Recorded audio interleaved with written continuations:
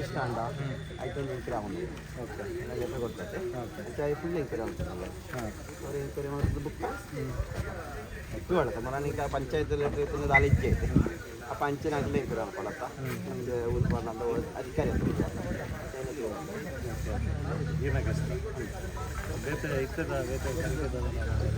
ಇನ್ನು ಯಾವ ಆಯ್ತು ವಿಷಯ ನಮ್ಮ ಕೇಸ್ ನಮ್ಮ ಬೇತೆ ಕೆಲಸ ಜನಕ್ಕೆ ದೂರ ಬರಾಡೆ ಇತ್ತಿಂದ ರಾಜ್ಯത്തിൻ്റെ വിഷയം കൊണ്ട് പോരാടെ ഏർപ്പാട് ಅವು ಬೋರ್ಡು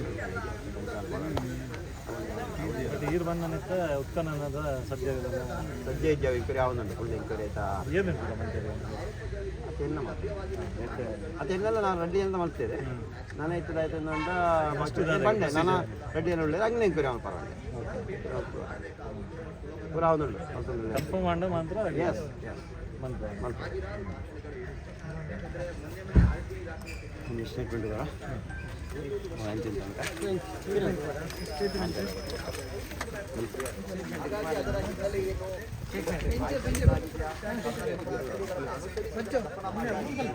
ಅಲ್ಲೇನ ಅವು ಯಾರಿಗೆ ತೊಂದರೆ ಆಗಬಾರ್ದು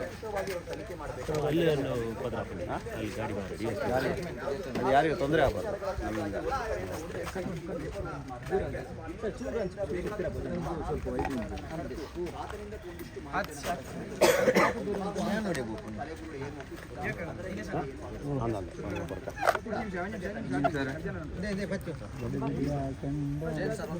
ನಮಸ್ತೆ ಬನ್ನಿ ಸರ್ ಬೇಕೇ ಬೇಕು ಇವತ್ತು ನನ್ನ ಹತ್ತಿದ್ದೀನಿ ಅವರು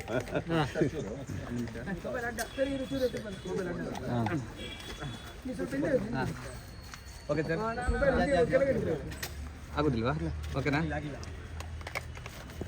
ಓಕೆನಾ ಓಕೆ ಕೆಳಗಿಡಿ ಇನ್ನೂ ಸಹ ಕೆಳಗೆ ಮೊಬೈಲ್ ಡೌನ್ ಮಾಡಿ ಓಕೆ ಎಲ್ಲ ನಮ್ಮ ಮಾಧ್ಯಮ ಮಿತ್ರರಿಗೆ ನಮಸ್ತೆ. ನನ್ನ ಹೆಸರು ಜಯಂತಟ್ಟಿ, ಸೌಜನ್ಯ ಪರ ಹೋರಾಟಗಾರರು, ನೀತಿ ಸಂಘಟನೆಯ ರಾಜ್ಯಾಧ್ಯಕ್ಷರಾಗಿ ಸಾಮಾಜಿಕ ಸೇವೆ ಮಾಡಿಕೊಂಡು ಬಂದಿದ್ದೇನೆ. ನಾನು 8/4/2025 SIT-ವರೆಗೆ ಅಂದರೆ ಬೆಳ್ತಂಗಡಿ SIT-ವರೆಗೆ ಒಂದು ದೂರು ನೀಡಿದೆ. 13ರಿಂದ 15 ವರ್ಷದ ಒಂದು ಹೆಣ್ಣುಮಗಳನ್ನು ಊತಾಗಿರೋದು ನೋಡಿದ್ದೇನೆ ಅಂತೇಳಿ. ಅದರ ತನಿಖೆ ಕಾನೂನು ಪ್ರಕಾರವಾಗಿ ಎಲ್ಲವನ್ನು ಮಾಡ್ತಾ ಇದ್ದಾರೆ. ಅದರ ಮಧ್ಯೆಯಲ್ಲಿ ನಾನು ಮೊನ್ನೆ ಒಂದು ಲೆಟ್ರ್ ಕೊಟ್ಟೆ, ಇನ್ನೂ ತನಿಖೆ ನಡೆಸಿದೆ. ಸತ್ಯಾಸತ್ಯ ಘಟನೆ ಇದ್ದರೆ ಮಾತ್ರ ಒಂದು ತನಿಖೆ ಮಾಡಿ ಮುಂದಕ್ಕೆ ಹೋಗಿ, ಇಲ್ಲದಿದ್ದರೆ ನನ್ನ ವಿರುದ್ಧ ಕಾನೂನು ರೀತಿಯಲ್ಲಿ ಕ್ರಮ ಕೈಗೊಳ್ಳಿ ಅಂತಲೂ ಹೇಳಿದೆ. ತನಿಖೆ ಮಾಡ್ತಾ ಇದ್ದಾರೆ. ಅಂದರೆ ಅದೊಂದು ಅಧಿಕಾರಿ ಊತ ಹಾಕಿದ ವಿಷಯ ಆದ್ದಕ್ಕೆ ಕಾನೂನು ಪ್ರಕಾರವಾಗಿ ಇವರೇನಾದರೂ ಪ್ರಕರಣ ದಾಖಲು ಮಾಡಿದಾರಾ ಇಲ್ಲವಾ, ಇಲ್ಲ ಮರಣೋತ್ತರ ಪರೀಕ್ಷೆ ಮಾಡಿ ನಂತರ ಊತ ಹಾಕಿರೋದಾ ಅಂತ ಎಲ್ಲ ಎಂಕ್ವೈರಿ ಮಾಡ್ತಾ ಇದ್ದಾರೆ. ಏನೇ ಊತ ಹಾಕಿದ್ರು ಯಾವುದೇ ರೀತಿ ಮಾಡಿದರೂ ಅದು ಅರಣ್ಯಲ್ಲಿ ಮಾಡ್ಬೋದು, ಅದು ಕಾನೂನು ವಿರುದ್ಧವಾಗಿ ಇರುತ್ತೆ, ತಪ್ಪೇ ಆಗಿರುತ್ತೆ.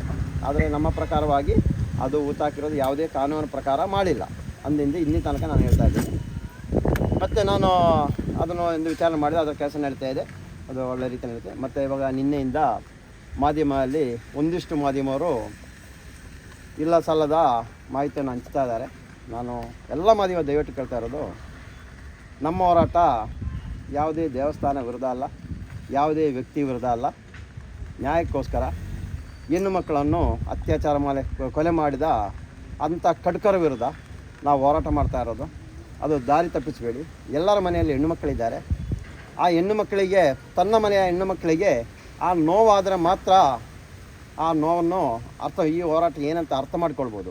ತಾವೀಗ ಕೇಳ್ಬೋದು ಒಂದು, ಅಲ್ಲ ನಿಮ್ಮ ಮನೆ ಹೆಣ್ಣುಮಕ್ಳಿಗೆ ಆಗಿದೆ ಅಂತ, ಅದು ಹೇಳ್ತೀನಿ. ಹೌದು, ಒಂದು ಪದ್ಮಲತಾ ಹೌದು.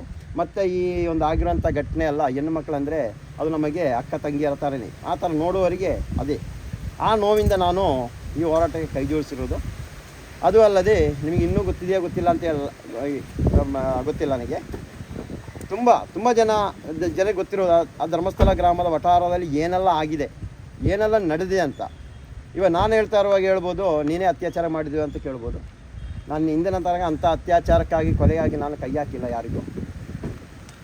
ಅಲ್ಲಿ ಮೊನ್ನೆ ನನಗೆ ಹೇಳಿರೋದು, ಸರ್ ನಾವು ಹೇಳ್ತೀವಿ ಆದರೆ ನನಗೆ ಇಲ್ಲಿ ಇರಲಿಕ್ಕೆ ಆಗಲ್ಲ, ನನ್ನ ಕೊಲೆ ಮಾಡ್ತಾರಂತ. ಹೆಣ್ಣು ಮಕ್ಕಳನ್ನು ಅತ್ಯಾಚಾರ ಮಾಡಿ ಎಲ್ಲಿ ಆ ಒಂದು ಖಾಸಗಿ ಅಂಗಕ್ಕೆ ಚಾಕು ಚುಚ್ಚಿ ಹಾಕಿರೋ ಘಟನೆ ಇದೆ. ಬಟ್ಟೆಯನ್ನು ತುಂಬಿಸ್ತಾ ಇರೋದು, ಮಣ್ಣು ತುಂಬಿಸ್ತಾ ಇರೋದು, ಈ ಘಟನೆ ನಡೀತಾ ಇರೋದು. ಮತ್ತು ಇನ್ನೊಂದು ಕೇಳಿದ್ರೆ ಮೊನ್ನೆ ಏನಕ್ಕೆ ನಿಮಗೆ ಇಷ್ಟು ಜೋರಾಗಿ ಮಾತಾಡ್ತಾ ಇದ್ದೀರಿ, ಬಿ ಪಿ ಇದೆಯಾ ಅಂತ. ಬಿ ಪಿ ಅಲ್ಲ ಸ್ವಾಮಿ, ಆ ನೋವು, ಒಂದು ಹೆಣ್ಣು ಮಗಿ ಆಗೋ ನೋವನ್ನು ತನ್ನಕ್ಕೆ ತಾನೇ ಅರ್ಥ ಮಾಡಿಕೊಂಡ್ರೆ ಪ್ರತಿಯೊಬ್ಬರು ಸರಿ ಆಗ್ತಾರೆ, ಇಲ್ಲ ಸರಿಯಾಗಲ್ಲ. ಈ ಹಿಂದೆ ಇವಾಗ ನಮ್ಮ ಇಲ್ಲಿದ್ದಾರೆ ಪವರ್ ಟಿವಿಯವರು, ನಾನು ಇವಾಗ ಇಲ್ಲಿರುವಂಥ ಯಾರೇ ಒಬ್ಬರು ಪತ್ರಕರ್ತರನ್ನು ನಾನು ದೂರದಲ್ಲ, ತಾವು ತಮ್ಮ ನಿಷ್ಠೆಯಿಂದ ಕೆಲಸ ಮಾಡ್ತಾಯಿದ್ದೀರಿ.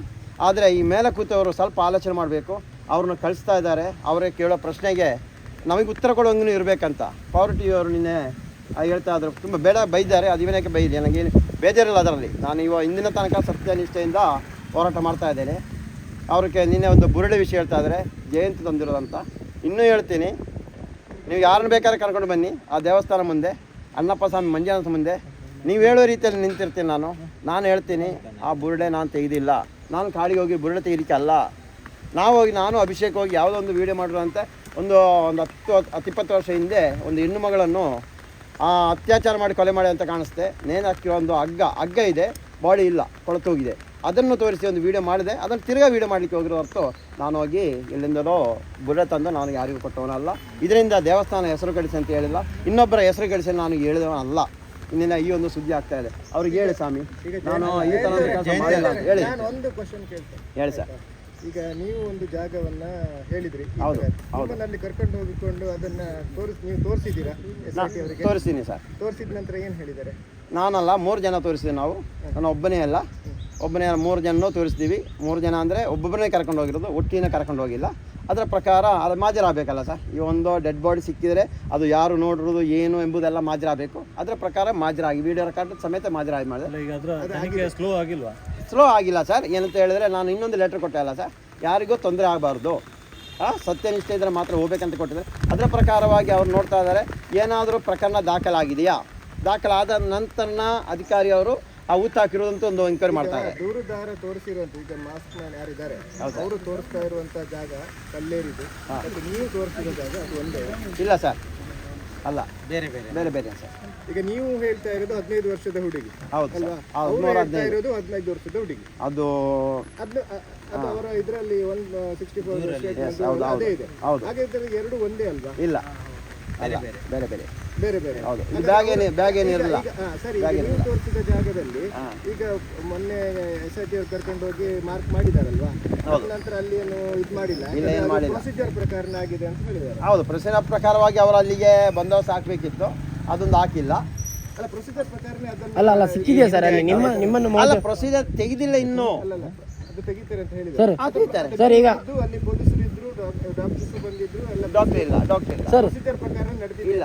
ಇಲ್ಲ, ಪ್ರೊಸೀಜರ್ ಪ್ರಕಾರ ನಡೆಯೋದಕ್ಕೇನೆ ಇದು ಮಾಡಿರೋದು. ಅಲ್ಲ ಸರ್, ಈಗ ನೀವು 3 ಜನ ಸಪ್ರೇಟ್ ಹೋಗಿದ್ರಿ ಅಂತ ಹೇಳಿದ್ರಿ. ಹೌದು ಈಗ ನಿಮ್ಮನ್ನು ಕರ್ಕೊಂಡು ಹೋಗೋ ಸಂದರ್ಭದಲ್ಲಿ ನೀವು ಜಾಗವನ್ನು ತೋರಿಸಿದ್ರಿ. ಹೌದು ಸರ್. ಅಲ್ಲಿ ಉತ್ಖನನ ಆಗಿದೆಯಾ, ಅಲ್ಲಿ ಏನಾದರೂ ಸಿಕ್ಕಿದೆಯಾ? ಮಾಡಿಲ್ಲ ಸರ್, ಇನ್ನು ಮಾಜರ್ ಮಾಡಿರೋದು. ಮಾಜರು ಮಾತ್ರ. ಮಾಜರ್ ಮಾಡೋ ಸ್ಥಳ ಹೌದಾ ಅಲ್ವಾ ಅಂತ ಕನ್ಫರ್ಮ್ ಮಾಡ್ಬೇಕಲ್ಲ ಸರ್. ನಾನು ತೋರಿಸಿರೋದು, ನನ್ನೊಟ್ಟಿಗೆ ಇನ್ನಿಬ್ಬರು ಇದ್ದಾರೆ ಸಾಕ್ಷಿದಾರರು, ಅವರು ತೋರಿಸಿದ್ರು ಸರಿಯಲ್ಲ ತಪ್ಪ ನೋಡ್ಬೇಕು. ಅವರಿಬ್ಬರನ್ನು ಕರ್ಕೊಂಡೋಗಿ ಅದನ್ನು ಕನ್ಫರ್ಮ್ ಆದ ನಂತರ ನಾನು ಕರ್ಕೊಂಡು ಹೋಗಿರೋದು ಮಾಜರ್ ಮಾಡ್ಲಿಕ್ಕೆ.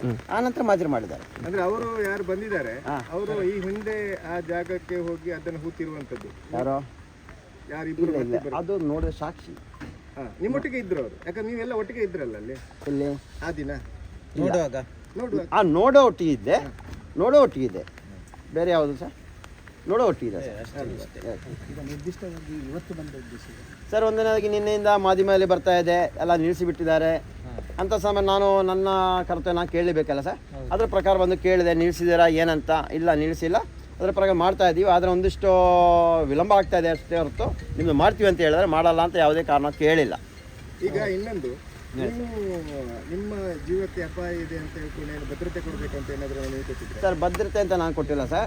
ನಾನು ಕೊಟ್ಟಿರೋದು ಏನಂತ ಹೇಳಿ, ಮುಂದಿನ ದಿನಗಳಲ್ಲಿ ನಮ್ಮವರ ಮೇಲೆಲ್ಲ ಅಟ್ಯಾಕ್ ಆಗಿದೆ, ಅದೇ ಥರ ಏನಾದ್ರು ಅಟ್ಯಾಕ್ ಮಾಡಿ ನಮ್ಮನ್ನು ಕೊಲೆ ಆದರೆ ಇದರ ಹಿಂದೆ ಯಾರು ಇರ್ಬೋದು, ನನ್ನನ್ನು ಯಾರು ಇಷ್ಟು ದಿನ ಫಾಲೋ ಮಾಡಿಕೊಂಡ್ರು, ಅದರ ವಿರುದ್ಧವಾಗಿ ಅದನ್ನು ಠಾಣೆಗೆ ದೂರ ಆಗಿ ಕೊಟ್ಟಿದ್ದೀನಿ ಸರ್. ನಿಮಗೆ ಸೆಕ್ಯೂರಿಟಿ ಕೊಡಬೇಕು ಅಂತ ಇಲ್ಲ, ಸೆಕ್ಯೂರಿಟಿ ಕೇಳಿಲ್ಲ ಸರ್. ಇವತ್ತು ನಾನು ಹೇಳಿದೆಲ್ಲ ಸೆಕ್ಯೂರಿಟಿ ಬೇಡ ಅಂತ ಹೇಳಿದೆ. ನಮಗೇನು ಸರ್, ಹಂಗಾರೆ ಯಾವುದೇ ವಿಷಯನೂ ಹೇಳಲಿಕ್ಕೆ ಆಗಲ್ವಲ್ಲ ಸರ್. ಎಲ್ಲ ಮುಚ್ಚಿಡ್ಬೇಕು ಅಂತ ಕೆಲಸ ಮಾಡಿಲ್ಲ. ಮತ್ತು ನಿನ್ನೆ ಇನ್ನೂ ಯಾವುದೋ ಕೇಳ್ತಾ ಇದ್ದಾರ. ನಿನ್ನೆ ಇದು TV 9 ಒಂದು ಸುದ್ದಿ ಬಂತು, ಅಧಿವೇಶನದಲ್ಲಿ ಚರ್ಚೆ ಆಗ್ತಾ ಇರೋದು. ನಾನು ಈ ಮೂಲಕ R ಅಶೋಕ್ ಅವರು ಈ ಚರ್ಚೆ ಅಧಿವೇಶನ ತೆಗೆದಾಕಿರೋದು. ನಿನ್ನೆ ನಾನು ಹೇಳಿದೆ ಯಾವುದೋ ಮಾಧ್ಯಮದಲ್ಲಿ, ಮಹೇಶನಿಗೆ 7ನೇ ಕ್ಲಾಸ್ ಕುಸ್ತಿ ಅಂತ ಹೇಳ್ಬೋದು, ಅಲ್ಲ 7ನೇ ಕ್ಲಾಸ್ ವಿದ್ಯಾಭ್ಯಾಸ ಅಂತ ಹೇಳ್ಬೋದು, ಅಷ್ಟು ಇಲ್ಲವಾ ಸರ್? ಏನಕ್ಕೋಸ್ಕರ ಸರ್ ಒಂದು ವಿಡಿಯೋ ಸರಿಯಾಗಿ ನೋಡದೆ ಒಂದು ಅಧಿವೇಶನದ ಸಮಯವನ್ನು ಏನಕ್ಕೆ ವ್ಯರ್ಥ ಮಾಡಬೇಕು? ಏನಕ್ಕೆ ಇಂಥ ವಿಷಯನ ತೆಗೆದಾಕಬೇಕು? ನಿನ್ನ ಅಷ್ಟೊತ್ತಿಗೆ ನಾನು ಅರೆಸ್ಟ್ ಮಾಡಬೇಕಂತ ಹೇಳ್ತಾ ಇದ್ದಾರಂತಲ್ಲ, ಏನಕ್ಕೆ ಬೇಕಿದು? ನಾನು ಈ ಮೂಲಕ ಈ ಒಂದು ರಾಜಕಾರಣಿ ವ್ಯಕ್ತಿಗಳಿಗೆ ಕೇಳ್ತಾ ಇರೋದು, ನೋಡಿ ನಾನು ಬರ್ತೀನಿ, ಒಂದು ಮತದಾರನಾಗಿ ಬರ್ತೀನಿ, ನಾನು ಬೇರೆ ಯಾವುದೇ ರೀತಿಯಲ್ಲಿ ಬೇಡ, ನಾನು ಮತದಾರನಾಗಿ ಬರ್ತೀನಿ. ನಿಮಗೆ ಕೇಳ್ತಾ ಇರೋದು, ಪ್ರತಿಯೊಬ್ಬರು ಆ ಧರ್ಮಸ್ಥಳ ಕ್ಷೇತ್ರ ಬಂದು ಹೋಗ್ತಾ ಇದ್ದೀರಾ, ಧರ್ಮಸ್ಥಳ ಕ್ಷೇತ್ರ ಹೆಸರನ್ನು ಹಾಳು ಮಾಡ್ತಾ ಇದ್ದಾರೆ. ಅದು ನಾವು ಮಾಡ್ತಾ ಇರೋದಲ್ಲ, ಇವರಾಗೇ ಮಾಡ್ತಾ ಇರೋದು, ಹಾಳು ಮಾಡ್ತಾ ಇರೋದು. ಅಂಥ ಸಂದರ್ಭದಲ್ಲಿ ನಾನೇ ಬರ್ತೀನಿ, ನಾನೇ ಬಂದು ಹೇಳ್ತೀನಿ, ಧರ್ಮಸ್ಥಳ ಗ್ರಾಮದಲ್ಲಿ ನೂರಾರು ಸಾವಿರಾರು ಹೆಣ್ಣು ಮಕ್ಕಳ ಕೊಲೆ ಆಗಿದೆ, ಅತ್ಯಾಚಾರ ಆಗಿದೆ ಅಂತ ನಾನು ಆ ದೇವರ ಮುಂದೆ ಯಾವ ರೀತಿಯಲ್ಲಿ ಪ್ರಾರ್ಥನೆ ಮಾಡಬೇಕು ಆ ರೀತಿಯಲ್ಲಿ ಪ್ರಾರ್ಥನೆ ಮಾಡಿ ಏನಾದರೂ ಕಾಯಿ ಹೊಡಿತೀನಿ. ಈ ರಾಜ್ಯಕ್ಕೆ ವ್ಯಕ್ತಿಗಳು ಬಂದು ಡಂಬರಾಟ ಮಾಡ್ಕೊಂಡು ಹೋಗ್ತಾ ಇದ್ದಾರ, ನೀವು ಬರ್ತೀರಾ? ನೀವು ಬರೋದಾದ್ರೆ ನಾನು ಚಾಲೆಂಜ್ ಆಗ್ತೀನಿ, ಈ ನನ್ನವರಲ್ಲೇ ಇರ್ತೀನಿ, ನೀವು ಕರೀರಿ, ಒಂದು 1 hour ಮುಂಚೆ ಕರೀರಿ, ನಾನು ಬರ್ತೀನಿ. ನೀವು ಕರೆಯೋ ಕಡೆ ನಾನು ಬಂದು ಹೇಳ್ತೀನಿ ಹೌದು ಆಗಿರೋದು ಹೌದಂತ. ಇದು ಬಿಟ್ಟು ಈ ಸತ್ಯಾಸತ್ಯ ಘಟನೆಯನ್ನು ತನಿಖೆ ಮಾಡುವಾಗ ಇಂಥ ವಿಷಯ ಗೊಂದಲಕ್ಕೆ ಹಾಕಿ ಅದನ್ನು ನಿಲ್ಲಿಸೋ ಕೆಲಸ ಏನಕ್ಕೆ ಮಾಡಬೇಕು? ನನ್ನೊಂದು ಪ್ರಶ್ನೆ ಇವಾಗ. ಅದು ಅಲ್ಲದೆ ಆ ದೇವಸ್ಥಾನ ವಿಷಯಕ್ಕೆ ಯಾರು ಹೋಗಿಲ್ಲ, ದೇವಸ್ಥಾನ ಅಂಗಳಕ್ಕೆ ಹೋಗಿಲ್ಲ, ದೇವಸ್ಥಾನ ಒಳಗೆ ಹೋಗಿಲ್ಲ, ಆ ದೇವಸ್ಥಾನ ಯಾರು ನಡೆಸ ಅವರ ಮನೆಗೂ ಹೋಗಿಲ್ಲ. ಅರಣ್ಯ ಮತ್ತು ಸರ್ಕಾರಿ ಭೂಮಿಯಲ್ಲಿ ಊತಾಕಿರೋ ಅಂತ ಹೇಳ್ತಾ ಇದ್ದಾರಲ್ಲ ಸ್ವಾಮಿ, ಅದನ್ನು ಹುಡುಕ್ತಾ ಇದ್ದಾರೆ. ಇವರಿಗೆ ಏನು ನೋವು? ನನ್ನ ಪ್ರಶ್ನೆ ಇಷ್ಟೇ, ಇದು ಯಾರಿಗೂ ನೋವು? ಹಾಗೆ ನಮ್ಮ ಹತ್ರ ಹೋರಾಟ ಮಾಡುವವರಿಗೆ ನೋವಾಗ್ತಾ ಇದೆಯಾ? ನಾವು ಕೇಳಬಾರ್ದು? ಹಂಗಾರೆ ನಾವು ಕಣ್ಮುಚ್ಚಿ ಕೂರ್ತಾ ಇರಬೇಕಾ? ನಾನು ಹೇಳ್ತಾ ಇದ್ದೆ ನೋಡಿ, ಅಲ್ಲೇ ಘಟನೆ ಸತ್ಯಾಸತ್ಯ ಘಟನೆ ಯಾರಿಗೆ ಗೊತ್ತಿದ್ರು ಯಾರು ಸುಮ್ಮನೆ ಇರಲ್ಲ. ಆ ಸತ್ಯಾಸತ್ಯ ಘಟನೆ ಜನಗೆ ತಿಳಿಸಿ. ಇಲ್ಲ ನಾನು ಒಂದು ವಿಷಯ ಮಾಡಿ, ನಿಮಗೆ ಯಾವ ಶಿಕ್ಷೆ ಕೊಡಲಿಕ್ಕೆ ಅದು ಕೊಡಿ, ನಾನು ತಗೊಳ್ತೀನಿ. ನಾನು ತಪ್ಪು ನಾನು ಮಾಡೋದಾದರೆ, ತಪ್ಪು ನಿಮ್ಮ ಮುಂದೆ ಹೇಳೋದಾದರೆ ಅದಕ್ಕೆಲ್ಲರಿಗೂ ನಾನು ತಯಾರಾಗಿದ್ದೀನಿ. ನಾನು ಇವತ್ತಿಗೂ ನಾನು ಒಂದು ಬಿಲ್ಲ ಸಮಾಜದ ಒಂದು ಹುಡುಗನಾಗಿ ಏನು ಗುರುಸ್ವಾಮಿಯವರು, ನಾರಾಯಣ ಗುರುಸ್ವಾಮಿಯವರು ತತ್ವಸಿದ್ಧ ಅದನ್ನೇ ಪಾಲನೆ ಮಾಡಿ ಬಂದಿದ್ದೀನಿ. ಯಾರ ತೇಜೋವಧೆ ಮಾಡಲಿಕ್ಕೆ ನಾನು ಬಂದಿಲ್ಲ. ಆ ತತ್ವಸಿದ್ಧಾಂತದಲ್ಲಿ ಇವತ್ತು ಇದ್ದೀನಿ. ಸತ್ಯ ಹೊರಗೆ ಬರಬೇಕು, ನ್ಯಾಯ ಜನರಿಗೆ ಸಿಗಬೇಕು, ಅದು ಬೇಕು. ಅಷ್ಟು ಮಾತ್ರ ಸರ್ ನಮ್ಮ ಉದ್ದೇಶ. ಇದರಲ್ಲಿ ಯಾವುದೇ ದೇವಸ್ಥಾನಕ್ಕೂ ಯಾವುದೇ ತ್ಯಾಜ್ಯವಾದ ಮಾಡಲಿಕ್ಕೆ ಬಂದಿಲ್ಲ. ಇದು ಈ ಒಂದು ಕರ್ನಾಟಕ ರಾಜ್ಯದ ನಾಯಕರಿಗೆ ನಾವು ಹೇಳಲಿಕ್ಕೆ ಇಚ್ಛೆ ಪಡ್ತಾ ಇದ್ದೀನಿ ಸರ್. Thank you sir.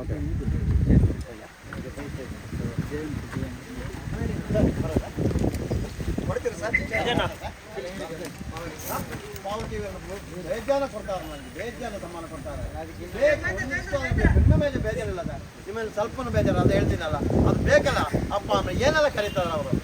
ಒಂದು ಮಾಧ್ಯಮದ ಒಂದಾದ್ರೂ ಸ್ವಲ್ಪ ಗೌರವ ಉಳಿಸಿ ಅಂತೇಳಿ ನಾನು ಅಷ್ಟೇ ಹೇಳಿದೆ, ಬೇರೆ ಏನು ನಿಮ್ಮಲ್ಲಿ ವಿನಂತಿಸ್ಕೊಳ್ತಾ ಇರೋದು. ಏನು ಬೇಕಾದ್ರೆ ಬೈ ಸರ್, ಮಾಧ್ಯಮ ಎಂಬುದರ ಅದರ ಸ್ವಲ್ಪ ಗೌರವ ಉಳಿಸಿ. ನಿಮ್ಮಿಂದಾಗಿ ಉಳಿದ ಮಾಧ್ಯಮದವ್ರಿಗೆ ಎಲ್ಲರಿಗೂ ಕಳಂಕ ಆಗ್ತಾ ಇದೆ. ಇವತ್ತು ಹೇಳಿ ಅವರಿಗೆ, ಬೈರಿ, ಹೊಡೀರಿ, ಬೇಕಾ ಕೊಲೆ ಮಾಡ್ತೀರಾ? ನಾನು ಬರ್ತೀನಿ, ಕೊಲೆ ಮಾಡಿ, ಈ ಒಂದು ವಿಷಯಕ್ಕೋಸ್ಕರ ತಯಾರಿದ್ದೀನಿ ಅಂತೇಳಿ. ನಾನು ಅವರು ಬೈತೀನಿ ಅಂತ ಓಡಿ ಹೋಗಲ್ಲ ಸರ್, 100% ಹೋಗಲ್ಲ. ಗೊತ್ತಾಯ್ತಾ? ಇವತ್ತು ಫೋನ್ ಮಾಡ್ಕೊಡ್ತೀನಿ. ನಾನು ಏನಕ್ಕೆ ಸರ್ ಮಾಡಬೇಕು? ಅದನ್ನೇ ಮಾಡಿ ಸರ್. ಇವಾಗ ನಾನು ಹೇಳಿದೆ ಅದನ್ನು ಅವರಿಗೆ ಕಳಿಸಿಕೊಡ್ಬೇಕು ಸರ್. ನೋಡಿ ಈ ಥರ ಹೇಳ್ತಾ ಇದ್ದೀನಿ ಸರ್, ಬೇಕಾದ್ರೆ ಕೊಲೆ ಮಾಡ್ಬೇಕಂದ್ರೆ ಅದು ಮಾಡಿ ಸರ್, ನಾನು ರೆಡಿ ಇದ್ದೀನಿ ಸರ್. ಏನಕ್ಕೆ ಈ ಥರ ಸುಳ್ಳನ್ನು ಏನಕ್ಕೆ ಸುಳ್ಳು ಮಾಡ್ತಾ ಇದ್ದಾರೆ? ಸತ್ಯವನ್ನು ಏನಕ್ಕೆ ಸುಳ್ಳು ಮಾಡ್ತಾ ಇದ್ದೀರಾ? ಅಷ್ಟು ಬೇಜಾರಾಗ್ತದೆ ಸರ್. ನಿಮ್ಮ ಪ್ರಕಾರ ನನ್ನ ಹುಡುಕಿ ಸರ್ ಅಲ್ಲ ಹೌದು ಸರ್. ಒಂದು ವಿಷಯ ಸತ್ಯ ಹೇಳ್ಬೇಕು. ನಾನು ಇವತ್ತು ಬರ್ತೀನಿ ಸರ್, ನೀವು ಕರೆಯುವ ಕ್ಷೇತ್ರಕ್ಕೆ ನಾನು ಬರ್ತೀನಿ ಸರ್. ಬಂದು ಹೇಳಿ ಸರ್. ಆ ಧರ್ಮ ಸ್ಟುಡಿಯೋ ಅಲ್ಲ ಸರ್, ಯಾವ ಕ್ಷೇತ್ರ ಯಾವ ಪುಣ್ಯಶಕ್ತಿ ಅದಕ್ಕೆ ಬರ್ತೀನಿ ಸರ್. ಧರ್ಮಸ್ಥಳದಲ್ಲಿ ನೀವೆಲ್ಲ ಹೇಳ್ಬೇಕು, ಇಲ್ಲಿ ಒಂದೇ ಒಂದು ಕೊಲೆ ಆಗಿಲ್ಲ, ಇಲ್ಲಿ ಒಂದು ಅತ್ಯಾಚಾರ ಆಗಿಲ್ಲ, ಯಾವುದೇ ಭೂಕಬಳಿಕೆ ಆಗಿಲ್ಲ ಅಂತ ಹೇಳಿ ಸರ್. ನಾನು ಹೇಳ್ತೇನೆ ಆಗಿದೆ ಅಂತ ಹೇಳ್ತೀನಿ ಸರ್. ಇನ್ನೇನು ಬೇಕು ಸರ್? ಪ್ಲೀಸ್ ಮಾಧ್ಯಮದ ಗೌರವ ಉಳಿಸಿ ಸರ್. ನಾನು ಅಷ್ಟೇ ಕೇಳ್ತಾ ಇರೋದು, ನನಗೋಸ್ಕರ ಅಲ್ಲ, ಇಡೀ ಕರ್ನಾಟಕ ರಾಜ್ಯದ ಜನತೆಗೋಸ್ಕರ ಕೇಳ್ತಾ ಇದ್ದೀವಿ. Okay, thank you sir.